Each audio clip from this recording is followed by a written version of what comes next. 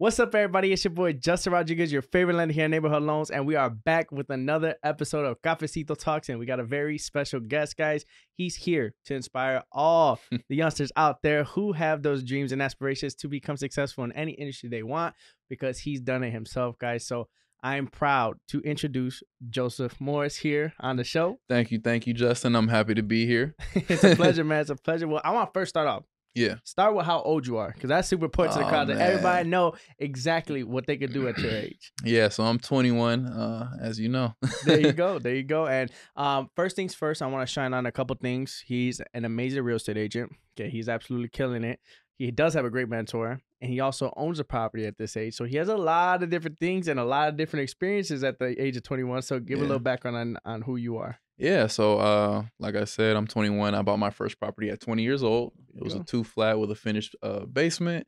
And I moved here to Chicago from 18 years old. And ever since then, you know, I just been ripping and running, trying to build business, trying to make some money, trying to buy more properties. So I hear that. Well, first off, I'm finding it interesting because actually, you know, I was the one who helped you with your building, you know? Yeah. So give me a little insight, man. Are you living rent-free right now?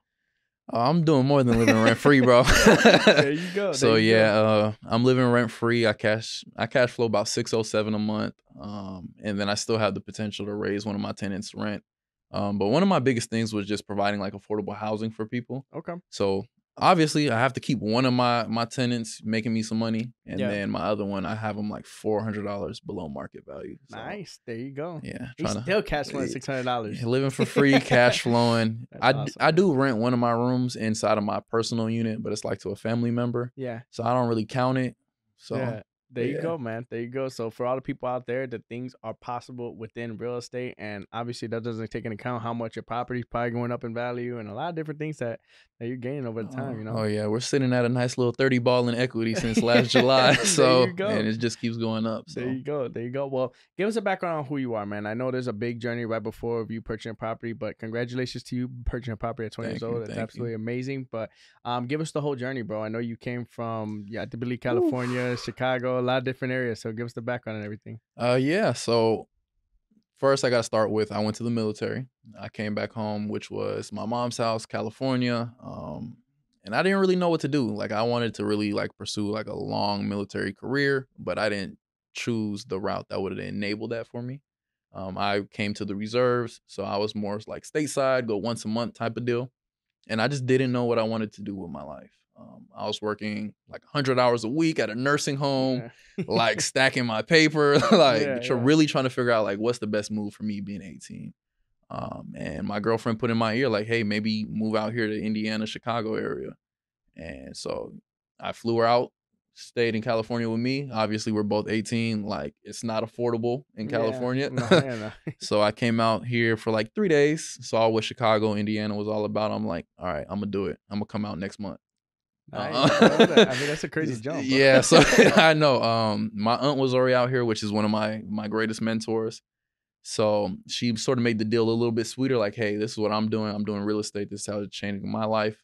At the time, I was like, okay, I'm gonna say I'm coming out for that, but like, let's be for real. Yeah. But I made that jump, and from there, probably like 3 months in, I started doing real estate. A year into doing real estate, though, is when I figured out like, hey, I want to buy property now.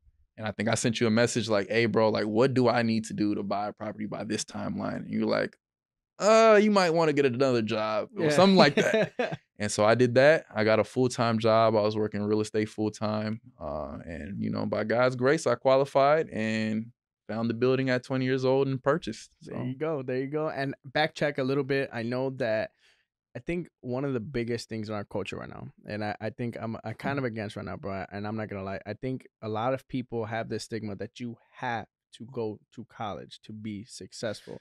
And I think you're a true product of, you know, you are sink or swim. You are what you are going to make of life, right? Oh. And that's what I love about your story, bro. Like, you're not the traditional, you know, okay, I went to college, 4-year degree, did this, did that.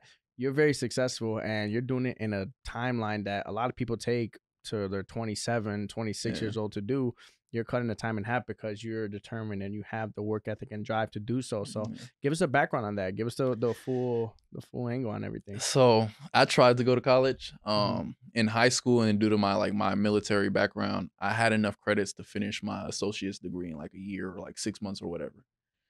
During the time I got back home, I went to college for like 3 months, 4 months maybe. But I was working so much that I just couldn't keep up with the workload. Like it was too much. It's either one or the other. I'm starting to see in a lot of things. So I got put on academic probation.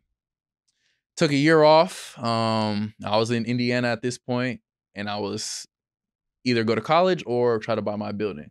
I'm like, the building's more important. And I was enrolled at the time to college to start classes again. I had to write a letter to the dean. I had to talk to the academic counselors, and I missed my GPA requirement by like point 0.1, point 0.2.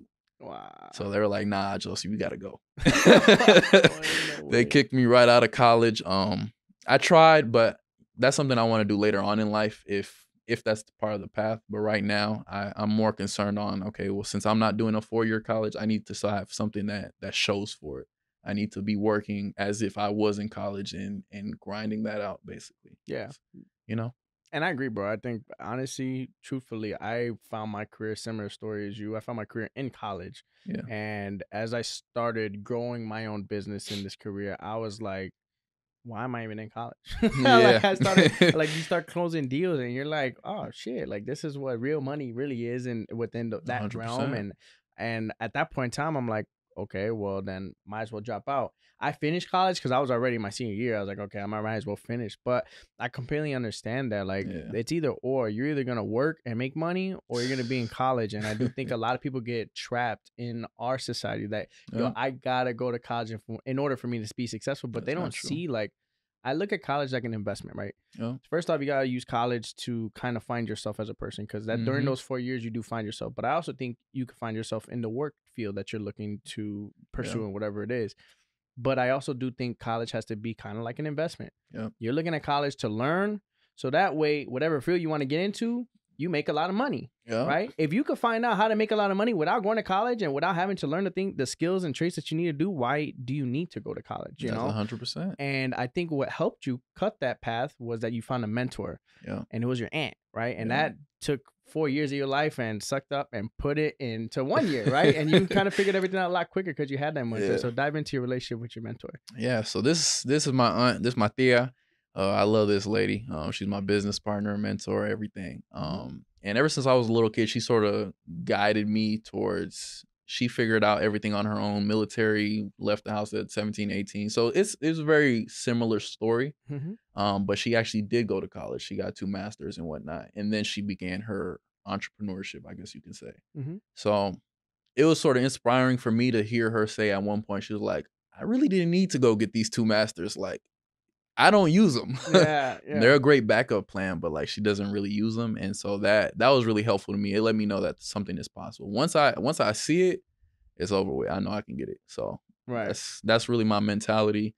And she just guided me, sort of put me on game, I would say, like, hey, this is how you close a deal. Hey, this is how you write offers. This is how you negotiate.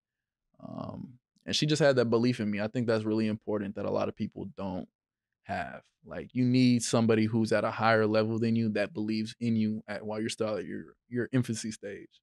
So Dude, that's deep. That's deep. No, because I actually went through that, when I first started in my industry, and I had a couple yeah, different influences, and for me, when I first got into the industry, my uncle, obviously, he yeah, was he was the one that similar story, very similar story. My uncle got me into the business, and he taught me that, whatever the trials and tribulations you're going through, you're either gonna figure it out or you're not. You're yeah, either gonna sink or swim. If the market's tough, you're either gonna figure it out or not. Like that's just how it is. yeah, And I also had my girl behind me too during that time, because yeah, I figured out that my dreams, I always saw like I was shooting for the stars, but then like I would look back and be like, damn, are my dreams kind of crazy? Like, damn, kind of like I see these people do it, like, produce it, do these things, and I'm like, I feel like I could do that, and it doesn't seem that hard.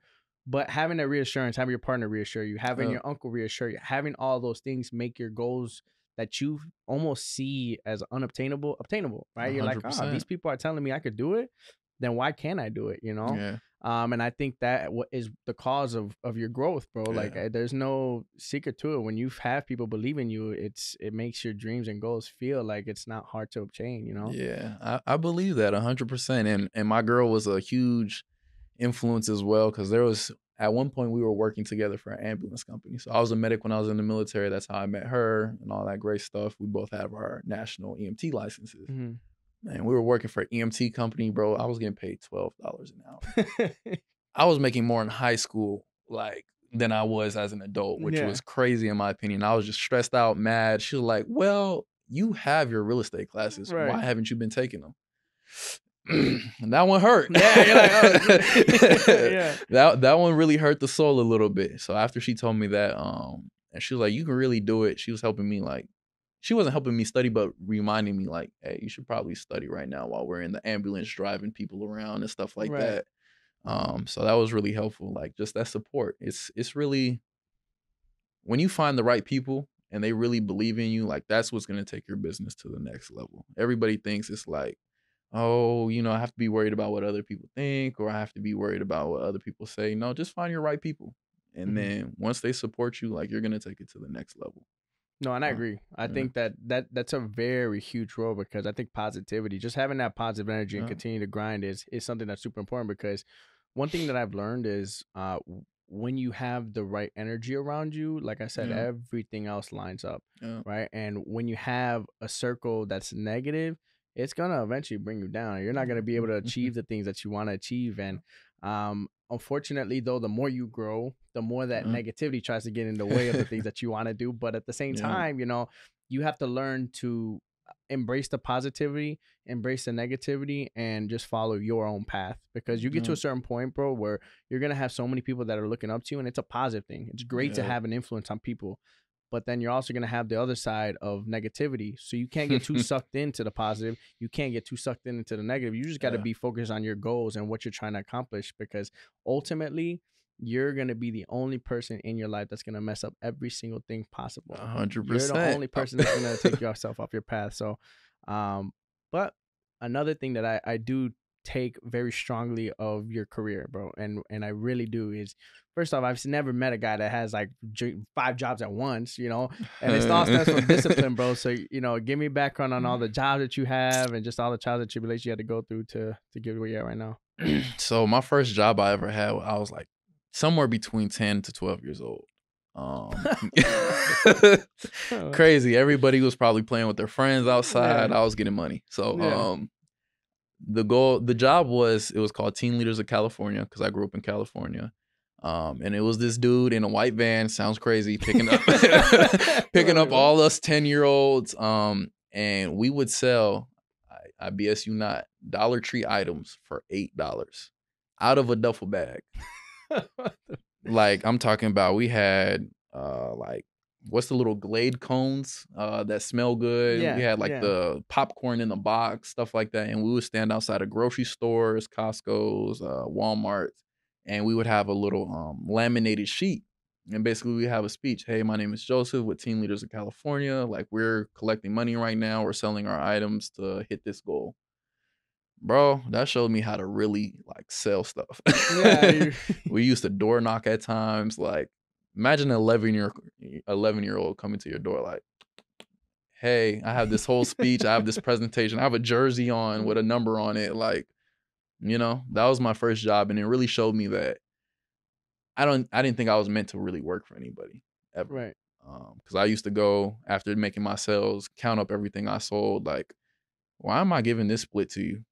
right, You ain't do nothing but bring lunch right, and drive me around." right. But that was my first job.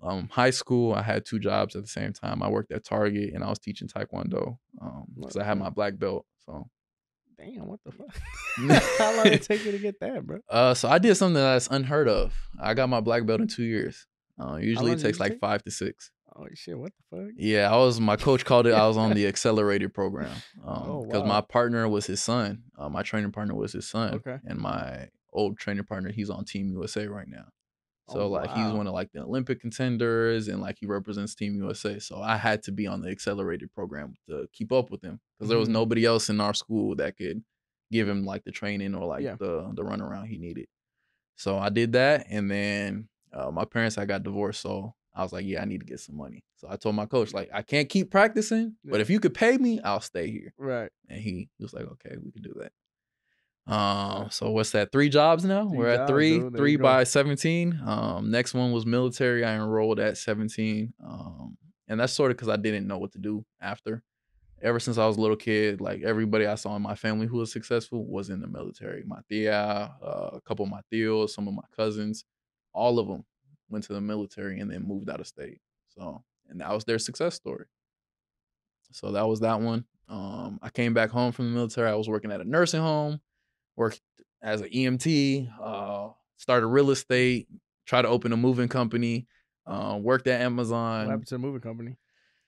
Oh man, you can't do too many things at once. That's really what it is. Yeah. I don't have the secret sauce yet on how to scale a business and then give it to somebody else. And my main focus is real estate and acquiring more properties. Once I know how to scale businesses, I'm gonna open that moving company right back and throw the proper leadership, the proper teams in. And then, because I think a lot of people they get caught up on they want 100% of everything. Yeah. I'm Of okay just course. with a little 20%, Right. and it's passive. I mean, I'm not doing anything but putting in systems and models. I'm good. What do you feel like the biggest thing that was a failure in scaling? Well, like, what do you mean by scaling? Scaling. So scaling is to the point where I don't have to be out there moving stuff with the people. Mm-hmm. So like, yeah, it was profitable for me to be out there. Like I was making like $100 an hour and still being able to like pay the truck, pay the movers that help me. But at what point does my time? I feel like it's worth more than that. Right. So scaling is like finding somebody who could take my place and I give them a piece of that. So say it was only $25 an hour and I keep 75. It's just finding those kind of people. Mm-hmm. Um, so that's the scaling. Do you feel like during that time when you were trying to figure that out, you couldn't find the right people to fulfill the role, I or think I was just being pulled in too many ways. Like yeah, trying to buy my yeah, building, working 40 to 60 hours a week at Amazon, working 40 hours a week at real bro? estate, Where then did you trying to do sleep, bro? I was I had days I was up for like 36 hours straight. Oh, Yeah. dude. Yeah. And it's nice though, because it shows you who you really are. I will say that like that's Yeah, the that's only dope. thing. Like I'm really big on like reevaluating myself and seeing what I can change and what I can do better. That is one thing I will never go back and do. If I have to, I will. But like, it's nice to know I can do it. But I don't even know if I could do it, bro. I think I have a sleeping problem. Like if I drive while I'm tired, I would fall asleep. Like I don't have a choice. I've gotten into car accidents where I didn't even remember. Like I don't even know. I just fell asleep. Really, I'm being dead ass, bro. I I can't. would I Yeah, would sleep while driving sometimes. yeah. See that I don't know, bro. I And probably wouldn't it's be alive right now, terrible. dude. Yeah. But yeah, there was some times I had to pray real bad. I'm like, God, I don't know how I made it here. But yeah, like I used to get off 5:30 a.m. and have a showing in Arlington Heights at 8 a.m. Like it was just nonsense. Like thinking back, like why was I doing that? But Yeah, yeah. it all worked out. So Well, I mean, now you own a building and you're living for free and you're cash flowing. So I mean, it was definitely worth the long scheme of things because yeah, if you put it in perspective, bro, I'm a firm believer everything happens for a reason, right? amen. And this is probably those trials is probably gonna make every single job that you ever have to do in your life easy Yeah, because everything you went through is like. Dude, now it's like it's yeah. cakewalk. Dude, you fucking now you could sleep until 8 o'clock. You can go showing whatever you had to do. You're like, oh shit, like it's Yeah, definitely a different life changing perspective. yeah. But how much do you think that drove you to become more disciplined? Because when I think about it, right, I think the number one key to success is discipline. Right, Mhm. those who are the most disciplined are going to be the ones the most successful Yep. because people who are disciplined usually their success is driven from them being just simply consistent, Mm. right? So do you feel like this molded you into being more consistent, or were you always consistent and had that discipline? I don't want to say I've always been consistent. And this is something I had to reevaluate about myself because I honestly, I'll be honest, there's times I thought about like quitting real estate like 100%. Why? Um it just be I'm not a huge people person, I'd Yeah, say. yeah, Not like that's tough. clients, other agents Yeah, or yeah, like partners or this and that. Like I'm still finding myself. Like obviously I'm only 21 and I'm in a grown people business, like, Right. 30 plus people is the average age, whatnot. So it's more so like still trying to build myself without too many influence from outside people. But consistency is something that I've actually struggled with a lot. Just Yeah. growing up in everything I do. Like I've been to the point where I'm blessed to do really good at certain things, but it doesn't keep my like attention for long. Mm-hmm. And so I think with the consistency and commitment go hand in hand. So I haven't been committed to like a lot of things like Taekwondo. I got my black belt in 2 years. Third year, I was already, or second, after I got my black belt in the second year, I was already teaching. By the third year, I had quit. Mm-hmm. That's not me being too committed. So what I did is like I just made a commitment to real estate. Like I have to make this work. Mm-hmm. And by that commitment to it, it helps me stay consistent. There are times, not everything's perfect. You see people going to the gym every day. Like, yeah, it's true. Mm-hmm. But there's some days what we don't want to go to the Yeah. gym. And there's some days that we don't make it to the Yeah. gym, and you have to learn how to be okay with that sometimes. Like not beat yourself up. Like consistency, yes, it's 100%. You need to have it. Discipline, you need to have it. But you also have to show yourself a little bit compassion when you don't live up to your standards, because you're always going to be your worst critic. Mm-hmm. Like 100%. No, I 100% agree. You're always gonna be the best. Like I to this day, bro. I think Man. one of my biggest things was when I first started lifting, just lifting, right? And this show you how crazy I was. I was about 150 pounds, Mm-hmm. and I was 5'10". And I first went to college. When I first got to college, I had a rude awakening because I'm playing baseball in college, and I see everybody in the gym 6 feet, 200 pounds. So I'm about 60 pounds short of what everybody else was. Yeah. My jersey was flooded. Like I'm freaking big ass. My jersey's huge, and Yeah. everybody's shit is tight. And I'm like, damn, dude, like I gotta go to the gym. Yeah. And it was every day. I would be like, okay, the first day I woke up, the gym wasn't even open. I just went to the gym. I didn't know it wasn't open. I woke up at 5 a.m. I was mad. I had to go back. But Do some push-ups. I was waiting outside, like with the book bag. I'm the first one in the gym, Yeah. waiting for it to open. But that created every day. I was like, okay, routine. I got to go to the gym. Yeah. But you fast forward to this day, till this day, if I do not go to the gym, I instantly think of me when I was my freshman year in college, or when me was I was in high school, and Yeah. I beat myself up, and I'm Yeah. like, fuck, I didn't go to the gym, I didn't do this, I didn't do it, and I get very tough on myself. Yeah. And it's the same thing with the business. If I don't have a certain number of production, I'm like, okay, I didn't do this. Oh my God, I didn't do this. And it gives you this certain level of anxiety of, did I do enough today? Did I do that today? And, my girl lives with me. She could tell you right now, straight up, I get home and some days I'm just like out of it because my mind is always flowing on what I have to do, what I didn't do, what I need to do. And, mental health is super important, 100%. Right? And kind of figuring out how you can control that, because like you said, you're in a business full of 30-year-olds plus who have already established themselves in an industry, when I'm just trying to figure out how I'm trying to live my life and how I can, number one, scale my business, but number two, honestly, exactly what you said, and how to actually scale the business to a point where you can start delegating. Because I think that's the only true way that you're actually going to be able to run a successful business and have that level of freedom. I don't want to work till I'm 50, 60 years old. I want to have the ability to work, like I don't need to work, but I just want to be able to turn off. When I mean turn off, I mean turn off. It's not like I need to work at all, but I think the biggest thing, right, that we have to at least give to the individuals who really do think that in order for them to be successful, they have to do the daily things that every single person tells them they do. You don't have to. No, you don't. You and I are a prime example of, if you have the right team, the right mentor, the right guidance, like the sky's the limit on what you could do. 100%. And it doesn't have to be real estate. I feel like so many people think because of, recently Selling Sunsets come out, all these different shows. The podcast with 90% of millionaires are created by real estate. Like, bro, yeah, that's cool and all, but like that's not everybody's lane. Like you guys are oversaturating the business. Like these kids are being fed poison in their mind. Like, right. Well, not poison, but like you're selling them dreams too much, and like let them find out what they want to do and like go from there. Like I really believe that once you find your passion, like you will figure out a way to get rich off your passion.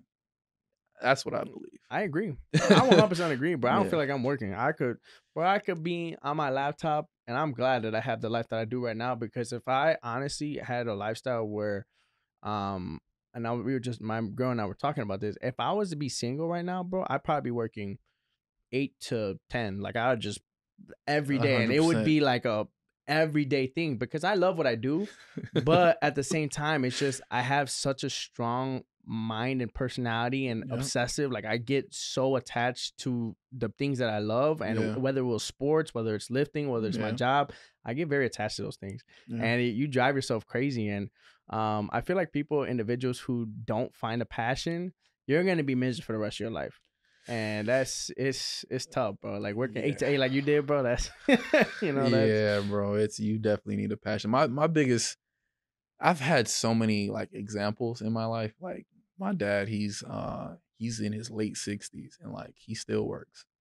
So it's like, okay. Like my biological dad is like, okay, I definitely don't want to do that. My stepdad, he came here when he was 17 from he's from the DFA, so Mexico City. yeah, He came here, got sent back, came right back. yeah, And so he's like, bro, my best job is like as a window washer. Like that's the best. That's what I'm gonna do for the rest of my life. Like, do you want to do this?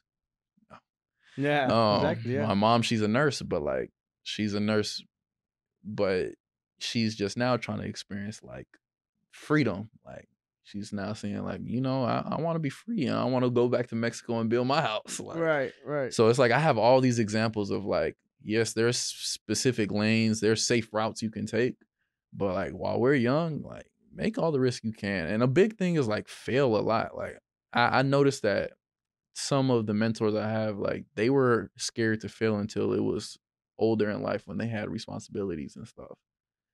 I We don't have no responsibilities for real yet. Like, yeah, I right, have a mortgage, yeah, I have a car, whatever, but like you can pay for that by working at McDonald's for real. Like, right, let's be honest, or Amazon or something like that. right, Take some failures, like try some risk. Like, I would have never known that I could pay myself $100 an hour if I didn't fail at opening a moving company. Like, I would have never known how to negotiate deals if I didn't get like my first 10 offers, none of them got accepted. I think I showed my one of my first clients like 20 plus homes, 30 plus homes in the crazy COVID market that we had. She ended up not buying with me and moving to like some other state. yeah, I would have never learned how to negotiate and how to talk to agents if I didn't fail at all those transactions. Yeah, it sucked, but now I'm getting deals closed in this crazy market consistently. So you gotta learn from your failures, especially while you're young, bro. You can make who you want to be. right.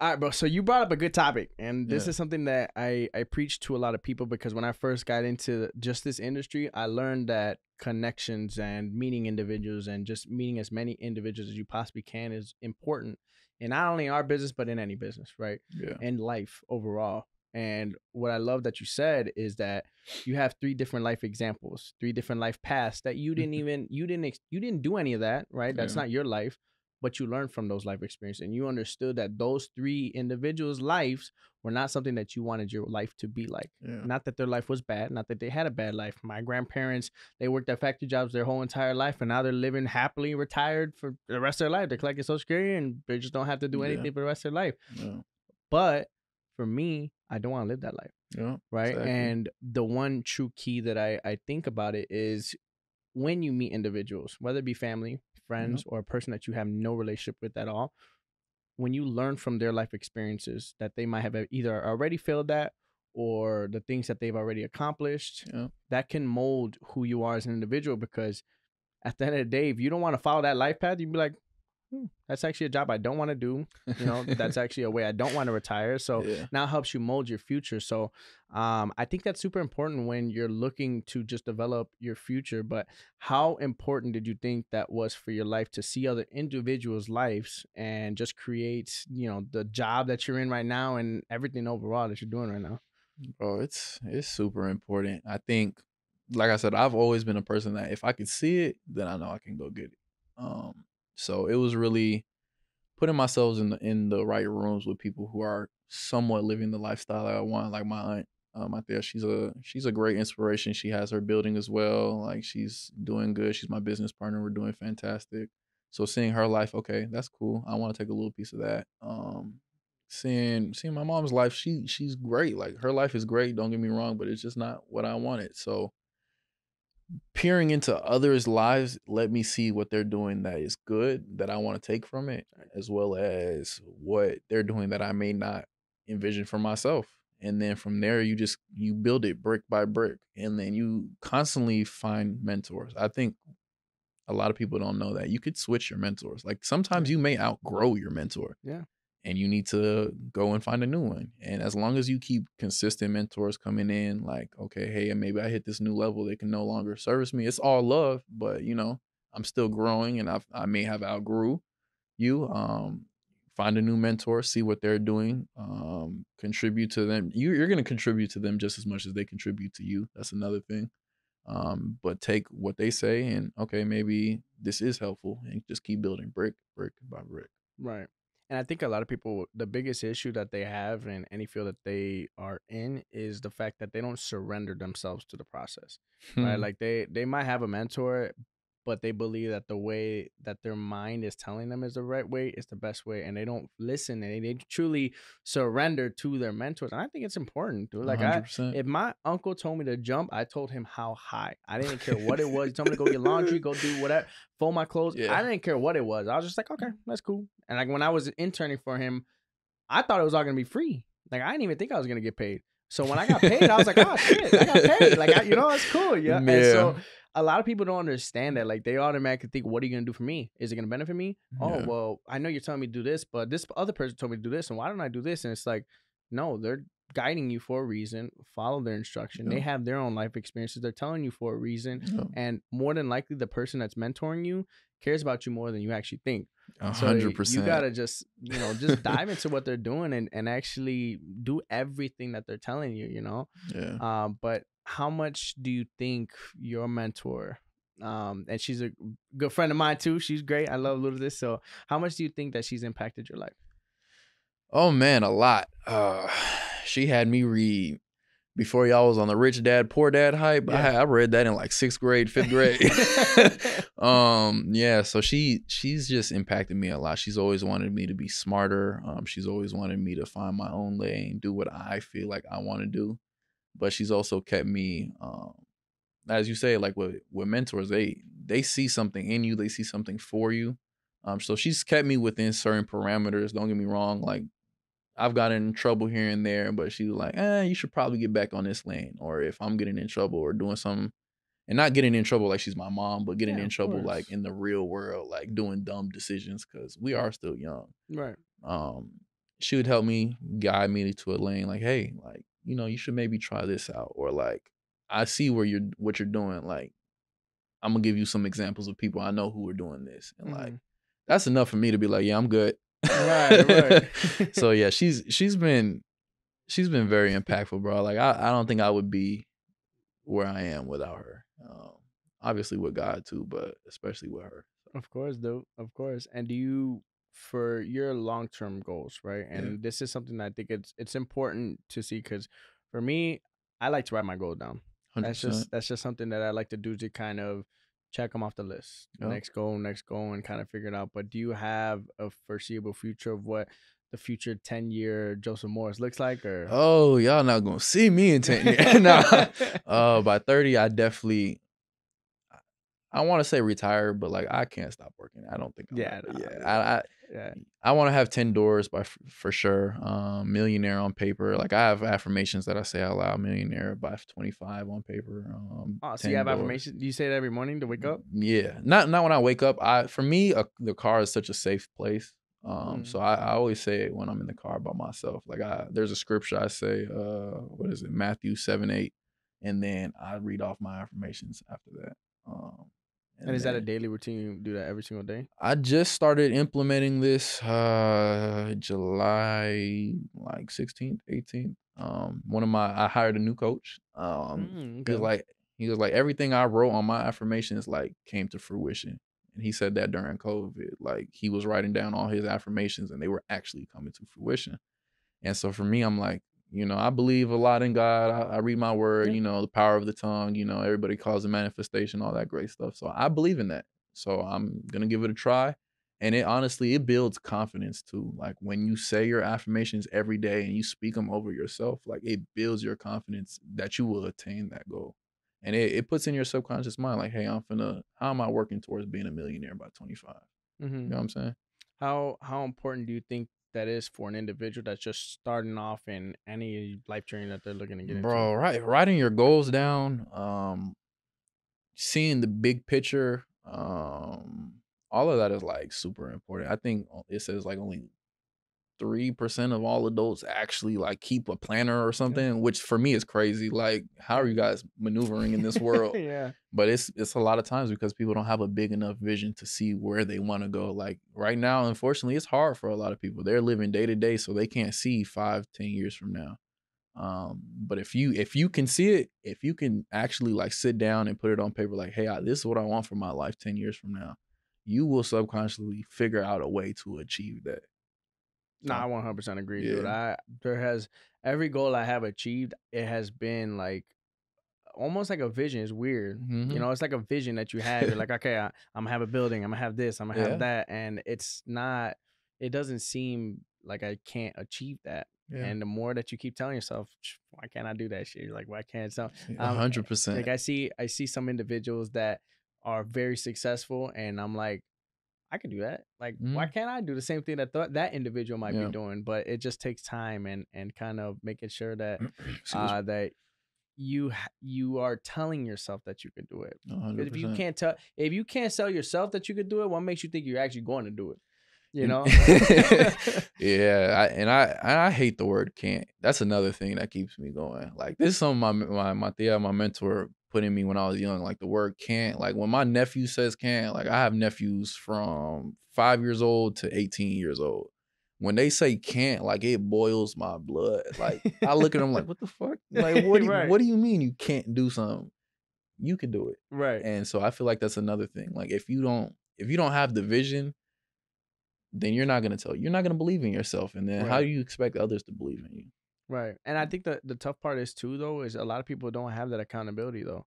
You know, because exactly kind of how you're saying it is you will meet a lot of individuals who are living day to day Yeah, and they can't get out of that mindset because they don't have a choice, number one. yeah, And number two, they don't have someone to hold them accountable to tell them what they're thinking isn't the right way of thinking, right? yeah, When you expand your mind to a point where you actually are thinking outside of your life, that's when you're really going to see what your true purpose to potentially what life might be. You know, yeah, when you're going I don't think that people are in their own spirit if they're just going to work every single day.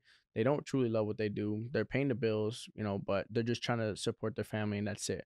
I don't think that's a fulfilling life. I think that there's a little voice inside their head that's probably telling them, you know, I do really like and enjoy doing X, Y, and Z, but they never actually do it because they mhm, just push that voice to the side because they're just trying to live day to day. yeah, And I think that the true importance of having an accountability partner and whether it Whew. be a partner that you're living with, whether it be your spouse, whatever, whoever it might be.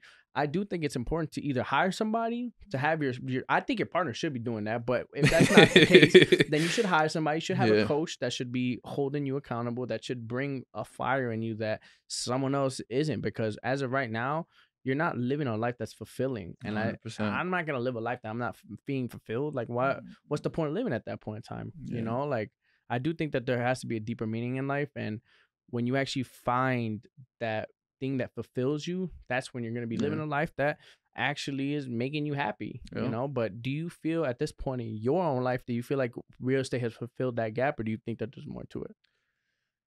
Um, I think real estate is beginning to become that one thing for me. I really love it. And the thing about real estate is there's so many different lanes in it. Yeah. You could be a real estate coach, you can be a realtor, you can be a mega agent, you can run a team. Like I'm not really too sure what my road is gonna be, but I know it is gonna be in real estate. And Mm.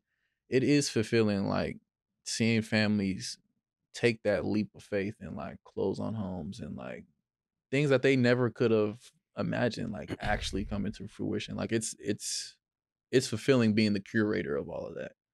So I will say, yeah, real estate is becoming that one thing that just really fulfills me. Cause I think I would have been told the game sayonara Right. Yeah. Yeah. if that wasn't the case. So No, I agree, bro. I think that for me, I loved the side of the lending side. I loved it. I love the numbers portion of it. Yeah. But in the back of my mind, again, there's that voice where you're like, am I gonna do this for the rest of my life? Yeah. Probably not. No. I'll be honest with you. I don't think Yeah. I could see myself being a loan officer for the rest of my life. Will I expand a team? Will I help guide people? Will I help them grow their business? Hell yeah, I'll 100%. do that. I would Yeah. love to see people grow and build exactly what I've done because I don't think I've done anything special. I Yeah. really don't. I just think that I was consistent at it. I did the same thing every single day. Yep. And, I gained an influence of people because I was being myself. I think Yeah. that's the only reason why I became successful because I Yeah. was very consistent. There's no one that's going to outwork me. And I was being myself the whole entire way. And that caused for a level of influence on people. Yep. Now, can other people do it? Yes, 100%. I'm not special. There's nothing that's better than anybody in this earth. I think anybody could do it. Yep. But I do see myself in a bigger light, right? Yep. And that's influencing people into growing their own businesses. That's, real estate development. You know how I love seeing a building that's tore up and then seeing the after of it. I love that. I could watch videos all day on that. Yeah. Like I get obsessive over that stuff. So, commercial development, all that stuff is something that I could truly see myself doing. Yeah. But on the back end, still having the mortgage team, still Yeah. having the people that now you're scaling your business. Now, obviously, you're taking a bigger pay cut because you're not there and present all the time. But Yeah. at the end of the day, my time is valuable too. Yeah. So when people want to see me, they could definitely see me, and I'm going to guide them with all the information knowledge I have. But you got other avenues that are coming from Yep. every single avenue of life, and That's that's what's going to make a great entrepreneur. So. that's everything I'm all about right there. It's like I want to do the fix and flips. Like I want to do the buying more multi-units and investing at a higher level. I don't want to be selling houses for like 5 years from now. My personal thing, don't take this offensive, anybody else in the real estate world, please don't. But if I'm selling houses 20 years from now, like I did something wrong. Right. Like that's just how I personally feel, in my opinion. So I want to grow a team, and I want to show other young people, like, bro, this is lit. Like we can really do we can really do this. It's like you said, I'm not special to some certain extent. Like I kept track of what I did. I constantly tried to be better, 1% better every day. I showed up, and that's the hardest part is the showing up. And I just put the work in. Like if I'm gonna be here, if I already drove here to show up to the office, I might as well make my calls. Right. Like what is me sitting here not calling people gonna do for my business? Right. So I think it's just really time on task over time is really what's gonna take a lot of people far. And that's what really differentiates like the great people versus everybody else. Nah, I 100% agree, bro. I think that people, I'm surprised how many, and when you look at the business, you speak to a lot of people about lenders, about realtors, about inspectors, about this. That like I'll be surprised. I have so many conversations like, oh, a lot of lenders don't do this.